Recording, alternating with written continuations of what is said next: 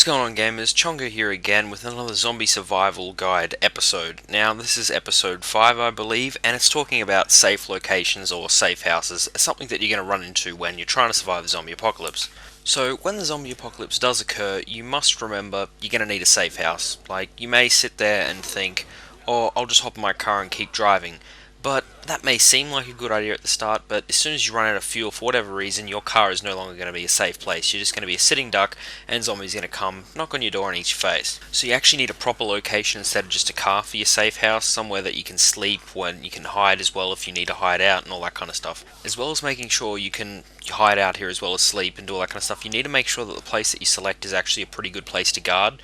So don't go and choose something like a warehouse if there's only 4 of you in your group of survivors, because a warehouse has lots of different entrances and exits, and even if you block off every single one, if one of them gets broken into by zombies, it may take too long for you to realise that it's occurred, and therefore, yeah, by the time that you've realised zombies are in your safe house, you're just going to get eaten, which is not a good idea. Having said that, if the warehouse location or anything like that is in the middle of nowhere and there is no zombies, then it may be okay to guard, because, yeah, but make sure you assess the situation. If you're still in a pretty high dense zombie populated area, you're not going to be able to cover all the entrances with a small group of people in a warehouse. It's just not going to work. So make sure when you're choosing a safe house, you realize how many survivors that you've got in your group, so you can assess which one would probably be beneficial. Like, if you had a group of 20 or 30 people, then a warehouse would be a better option than, say, a house in suburbia, because that's not really going to help you, because you wouldn't even be able to move around that house safely with 30 people. So if you've only got 4 or 5 people, just a nice small group,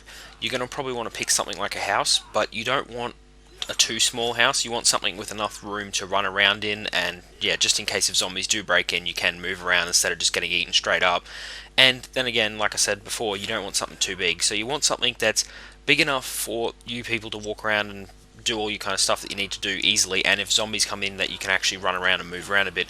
And also make sure it's got a back door, because if there's only one door, once you've got zombies at the door, then it's going to become a bit of a problem. And the back door will help you instead of having to bash your way through zombies at the front door, because yeah, if you've got a massive group of zombies at the front door and you've got the back door, you can still escape easily, and they may not even notice that you're leaving. Now also, when you or some of the survivors in your group have to leave to go and get supplies or go and scout out an area or whatever you need to do, make sure you continuously use the same exit, whether it be the front or the back. Probably would be the best idea to do the front unless there's zombies there, because if you're using the same exit constantly, if zombies see you or if other survivors see you, they may only think you've got the one exit or entrance and they won't know where the other one is, which means you sort of got a one up on them. You've got a little secret way to escape, and then yeah, if you keep going out that one way and it gets, you know, surrounded by zombies, you've still got a back area that you can escape through. That brings us to the end of the safe location zombie apocalypse survival guide episode. Please put a comment below on where you would hold up in a zombie apocalypse. Thanks for watching. Please subscribe if you like this video. See you next time.